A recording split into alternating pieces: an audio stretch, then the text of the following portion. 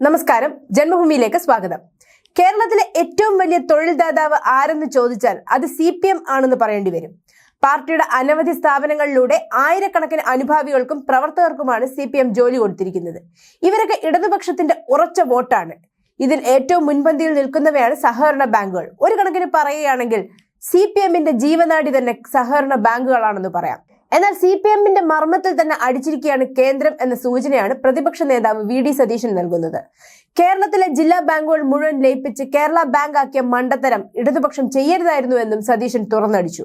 ലാഭത്തിലായിരുന്ന ജില്ലാ ബാങ്കുകളെ നഷ്ടത്തിലായ ബാങ്കുകളിൽ ലയിപ്പിച്ചാണ് കേരള ബാങ്ക് ഉണ്ടാക്കിയിരിക്കുന്നതെന്നും ഇങ്ങനെ പോയാൽ കേരളത്തിലെ മുഴുവൻ സഹകരണ ബാങ്കുകളും പൂട്ടേണ്ടി വരുമെന്നും വ്യക്തമാക്കി പ്രതിപക്ഷ നേതാവ് VD സതീശൻ പറഞ്ഞു. 2022-23 സാമ്പത്തിക വർഷത്തെ നബാർഡ് ഇൻസ്പെക്ഷൻ പ്രകാരം കേരള ബാങ്കിന്റെ ക്ലാസിഫിക്കേഷൻ നിലവിലെ B-യിൽ നിന്നും C കാറ്റഗറിയിലേക്ക് തരം താഴ്ത്തിയ സംഭവത്തിൽ നിയമസഭയിൽ പ്രതികരിക്കുകയായിരുന്നു അദ്ദേഹം.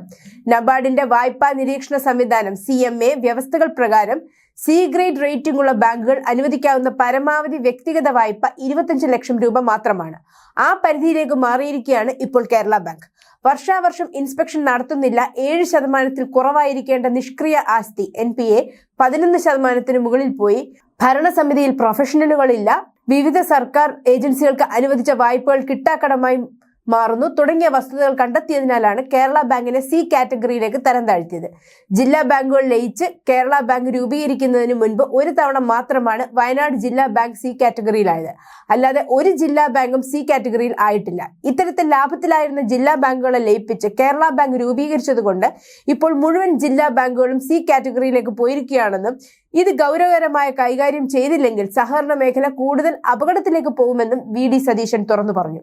കേരളത്തിൽ CPMന്റെ മുഴുവൻ കള്ളക്കളികൾക്കും കള്ളപ്പണം വെളുപ്പിക്കാനും കൂട്ടുനിൽക്കുന്ന സഹകരണ ബാങ്കുകളാണെന്ന പരസ്യമായ രഹസ്യമാണ്. സഹകരണ ബാങ്കുകളുടെ മറവിൽ ഇടത് നേതാക്കൾ നടത്തിയ തീവെട്ടി കൊള്ളയുടെ വിവരങ്ങൾ കുറച്ചു കാലം മുൻപാണ് പുറത്തു വന്നത്.